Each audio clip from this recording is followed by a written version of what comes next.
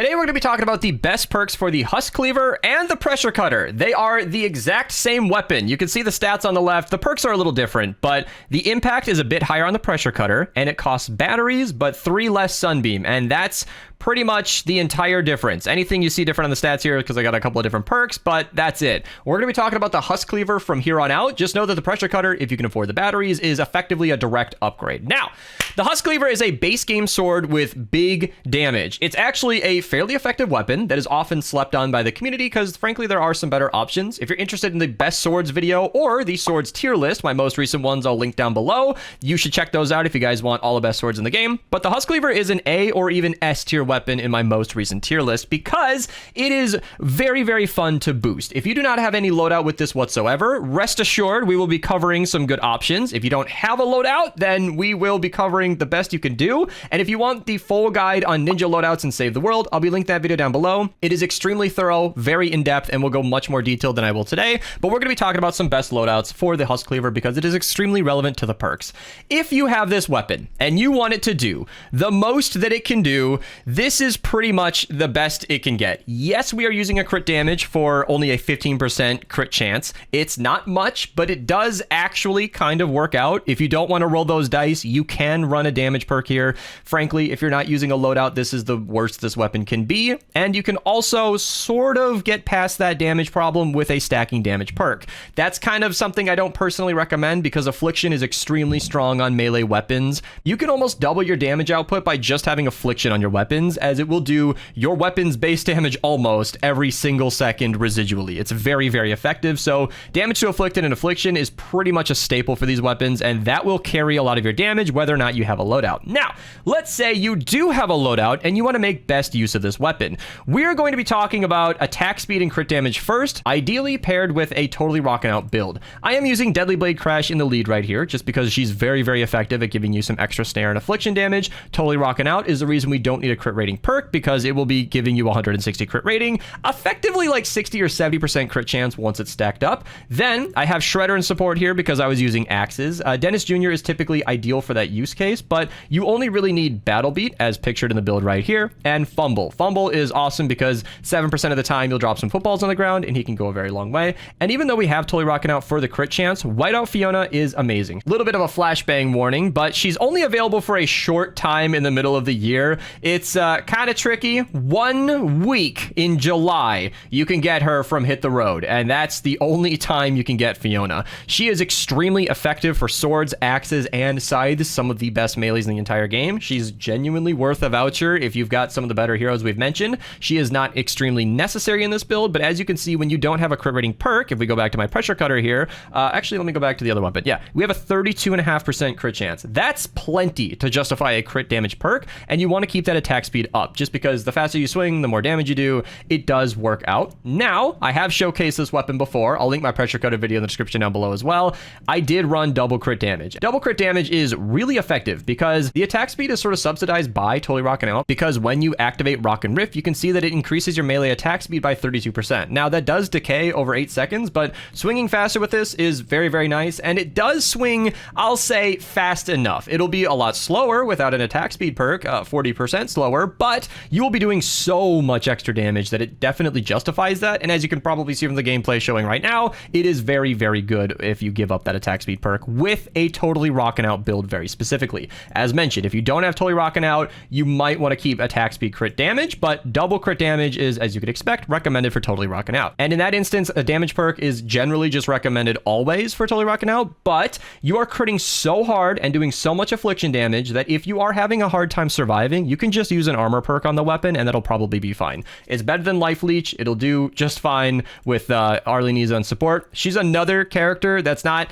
really as accessible as I'd like her to be. Again, slight flashbang warning, but she's available in the Halloween season. If we can just look for Arleniza. Yeah, October 22nd. So you get 4 weeks at the end of the Hexylvania season, basically 1 month to pick her up, and then she's gone. So I don't know if she's necessarily worth a voucher, but there are a lot of melee loadouts in this game that really only function with Arleniza. The Stormblade Crit Explosions build comes to mind. Link to that video down below as well. She is amazing. That health coming back to you is really, really good, and it goes a long way to keeping you alive. So that's for totally rocking out. Double crit damage or attack speed crit damage, again, pairs really, really well. If you wanted to take advantage of Paleo Luna, you definitely want double attack speed. And with a Paleo Luna build, with pretty much any melee in the game that's using her, if you're doing double or triple or quadruple, link to that video down below, attack speed, then you might also get away with armor, just because that'll give you so much more survivability. And with melee weapons, you're in the fight. You're standing on beehives, acid pools, enemies are attacking you from all angles. Some of them have ranged attacks, which is outside of your range as a melee user. Armor can go a very, very long way just for sustainability, and with Paleo Luna, you're farming her commander perk. She's doing 9% of your current health towards your damage, and there's no cap on that. The faster you swing, the more often she will apply your current health. So with armor, keeping your health up is good, and with Luna, typically she's adding more damage to the output than the weapon is, so dropping a damage perk is not that big of a loss, because it's not really 30%. Once the math shakes out, sometimes it's less than 10% actual extra damage added to your build. Keeping yourself alive, your health high, and Luna's damage boosted is honestly key. And this is a basic Blast from the Past build. We have Whiteout Fiona again, just to get that 32% crit chance. Even if we're not running a crit damage perk, it's still nice to have. And honestly, in this case, I sometimes recommend double Rock and Rift perks, because we have Battle Beaten support for what I'll explain right now, where that increased attack speed pairs extremely well with Luna. This is just a personal preference. There isn't strong math to support this, but I have been using Fumble and Battle Beat combined, and this is anecdotal. There's no real math that I've done, but it feels a lot more consistent, because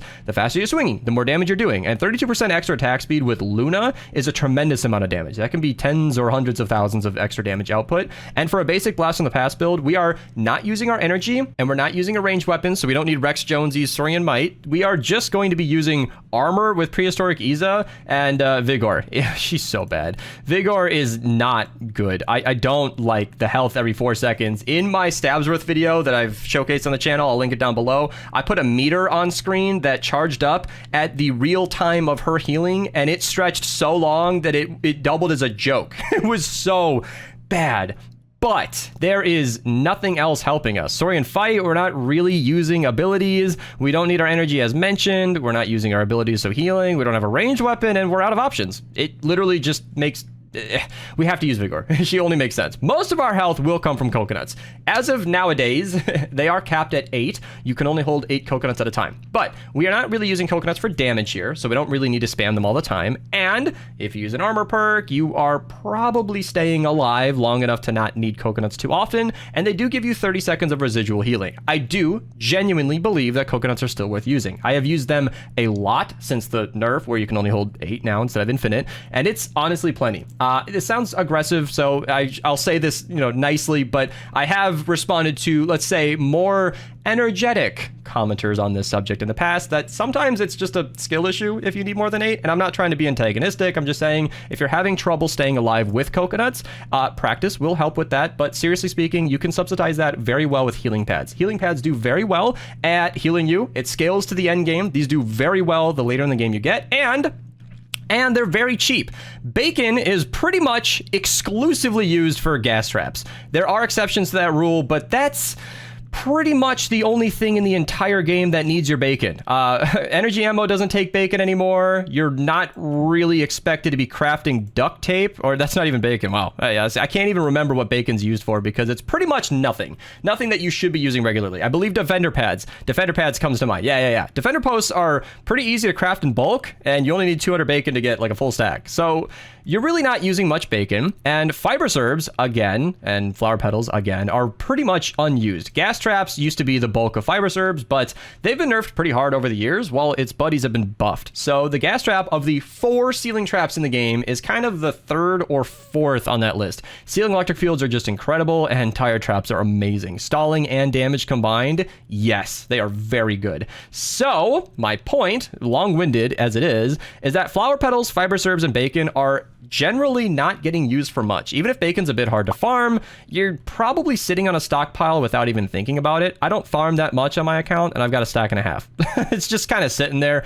2.5 stacks of fiber serbs. This is not a brag, by the way. This is just what I had to have on hand, and that's all I got. So if coconuts are not cutting it for you, I do recommend using them anyway, but also using healing pads periodically isn't too bad. If you really hate coconuts, you think the nerf was too much, and I mean for calling it a skill issue, yes, you could use Survivalist. He's not great, it's not going to do much, and it will not scale to the end game. Do not rely on this, but he is there. And if you are really stretching it, Dennis exists. He drops the burgers on the ground, and those can heal you. It's not much, but they are there, and they give you energy if your build needs that. Or if you're staying alive, no problem at all, use Eternal Wanderer. Double that stamina. Or I love Corrupted Aura. He is my favorite hero in the entire game. That Shadow Stance aura damage is very strong, and he's a strong contender for the commander slot as well, but that just gets deeper into ninja loadouts. So, as for the best perks for that, if you're using Luna, double attack speed, plus a lot of extra loadout information.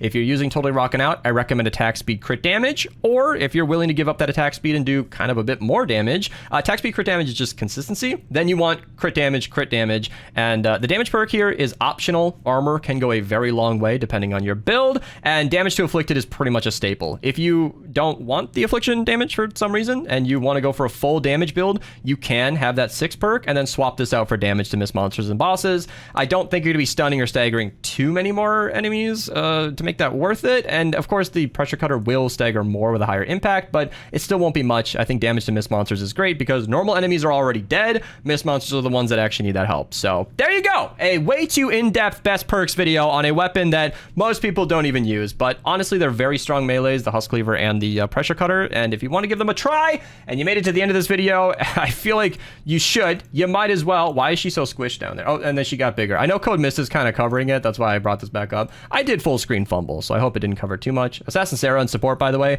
I mentioned earlier, could be in the lead. Very, very strong hero. So I think that covers everything. Before the video closes out, I wanted to give a huge thank you to AS407 for the help on this video. He's a melee expert who tests a ton of weapons and originally brought to my attention that the pressure cutter is an amazing weapon. I consulted him before recording this so that this information was valid, because frankly he just knows more about melees than I do, and he also wanted me to slip in just one extra detail, that the Dragon's Tooth sniper from the Dragon set for the Chinese New Year, which, oh, I'm gonna date the video, is actually when I'm recording this. My videos go out slowly, so this might not be true in the future, is the same stats. Apparently the Dragon's Tooth is basically the same weapon as everything I just said in this video. So if you wanted to take advantage of this fire-only Chinese New Year weapon, you could go ahead and try it. And again, thank you to AS407 for the information. I really do appreciate it.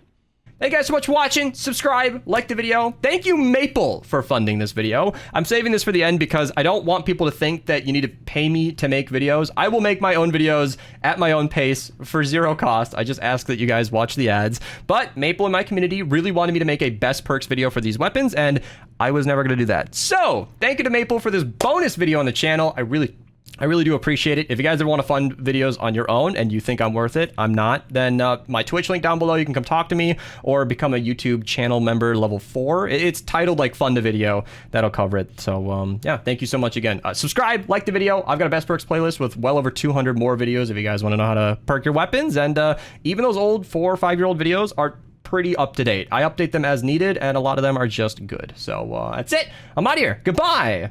And